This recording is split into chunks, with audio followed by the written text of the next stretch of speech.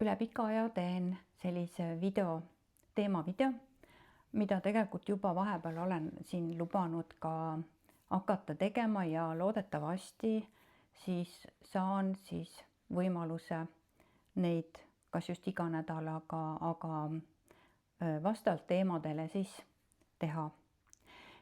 Küsimus oli siis ühe postituse peale, et kuidas saab siis probleemideni energiat tagant ära võtta ja siis mitte neid lahendama jäädagi, isegi kui suguvõsaliini pidi on tulnud miskit. See on siis, baseerub sellisel teadvustamisel, et kõik on energia ja sina oled energia. Iga sinu sõna, mõte ja otsus, valik ja tegu on energia. Kõik baseerub energiatel. Ja kui vaadata esmalt suguvõsaliini pidi tulevat, siis tegelikult on kõik see kaasa pandud illusiooni muster, maatrikssüsteemi vale, et sa neile energiat toodaksid, olles kogu aeg siis madalates energiates. Kas siis solvunud, süüdi, rahulolematu, alaväärsuses, pettumuses, leppimatuses. Kõik see toodab maatrikssüsteemile energiat ja ta teeb kõik selleks, et sa usuksid seda, mis sinu elus siis esile kerkib või mis on siis sulle nagu sünnist saati siis sisestatud infona. Et sa pead tõesti igasuguseid suguvõsa asju lahendama, eelmise elus asju lahendama siin elus ja sul on karma ja nii edasi. Tegelikult elad sa seda ühte ainulaadset, iseenda individuaalset, ainukordset elu, ütleks.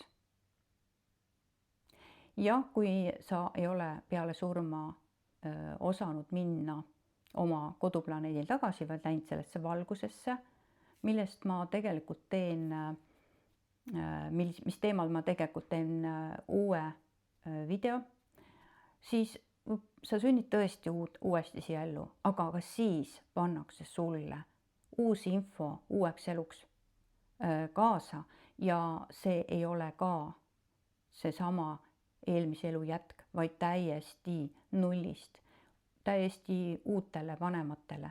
Nii et ka see on üks suur vale, et sul on eelmised elud. Tegelikult on kogu see süžee pandud kaasa selleks, et sa maksimaalselt palju energiat toodaksid, milles siis süsteem siis toitub.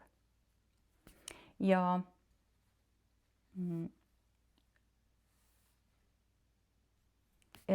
teiseks, energiaid saab ära tõmmata oma otsuse ja tahtega, aga siit tuleb see, et sul on vaja teadvustada, kes sa oled, et sa oled looja olevus, et sa oled jumaliku peegeldus maises ja sul on samad teadlikkused, omadused, võimed, jõud ja vägi.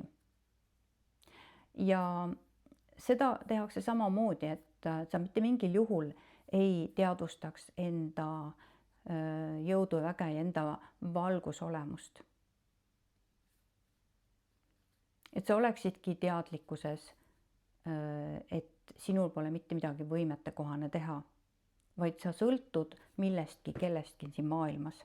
Ja sellepärast ongi raamatus esimene teema vaimuolemus, sina, mina, mis seletab lahti, kes sa tegelikult oled ja milline võimekus ja energiajõud sul sinus on. Nii et energiate nii-öelda äravõtmine tagant on ka see, et sa tõmbad oma energiat, oma tähelepanu mingist teemast või olukorrast või asjaolust ära. Viid oma tähelepanu mujale, aga ka seda, et keeldud neist teemadest, asjadest mõtlemast, lõikad ühendused läbi nendega. Tõmbad oma energiat sealt ära, saadad võõrad energiat minema ja tõstad ennast iseenda elu ajajoonele, mida sa tegelikkuses siin maises elus ka elad, iseenda individuaalset, ainukordset, ainulaadset elu. Sest me elame ju olevikus ja kui sa kogu aeg lahendad mingit mineviku asju, siis sa ju ei elagi seda oleviku elu, vaid oled kogu aeg kuskil minevikus. Aga olevikus lood sa ju tulevikku, ehk siis homset päeva. Olevik on ajaperiood, milles on palju hetki ja igal sellel hetkel lood sa järgmist hetke, lood sa seda, mida sa homme, ülehomme, järgmisel nädalal, aasta pärast koged. Ja seepärast ongi see, et sul tuleb elada siin ja praegu. Ka mina omal ajal lahendasin võib-olla sadu elu oma lähedastega, kuni ükskord see lihtsalt minetas oma tähtsuse mu elus ja mulle tuligi teadvustamine, et aga mida ma siis teen. Ei ela seda hetkeelu, seda nüüd ja praegu olevikus. Ja siis ma mõtlen, et miks mul iga päev on mingeid ebameeldivaid asju, sest ma tegelikult lõin seda endale juurde kogu aeg. Kui sa tahad elada imelist elu, siis tuleb elada siin ja praegu hetkes, teadvustada seda olevikku, seda ajaperioodi, mis on seal olevikus nädal või 2, see on sinu olevik. Ja teada, et selles hetkedes, nendes hetkedes, oleviku hetkedes lood sa seda, mis sul tuleb. Jah, kui on sinul mineviku mälus igasuguseid olukordi ja asjaolusid, siis tõesti sa saad sealt oma energia ära tõmmata, ühenduse niidid läbi lõigata ja saata need võõrad energiat ära. Sest sina looja olevusena tead, et sa elad seda oleviku elu. Koged ära, mis sa minevikus kogesid, teadvustad seda endale ja elad olevikus, teades, et sellega, selles hetkes lood sa seda, mida sa homme koged ja mida sa tahad tegelikkuses kogeda. Nii et me elame suures illusiooni mustris ja samas on meil võimete kohane ise seda elu, mida me elame, juhtida, luua, olla oma elu valitseja. Ja seetõttu on ka raamatus 12 teemat, ka egoteaduse vaigistamine, sest kui sinus pole usaldust, usku või siis sa ei suuda oma võtteid vaigistada ja enda energiat mingitest teemadest välja tõmmata, siis on hea harjutada egoteaduse vaigistamist ja enda tagasitoomist hetke, siia ja praegu, enda teadlikkusesse.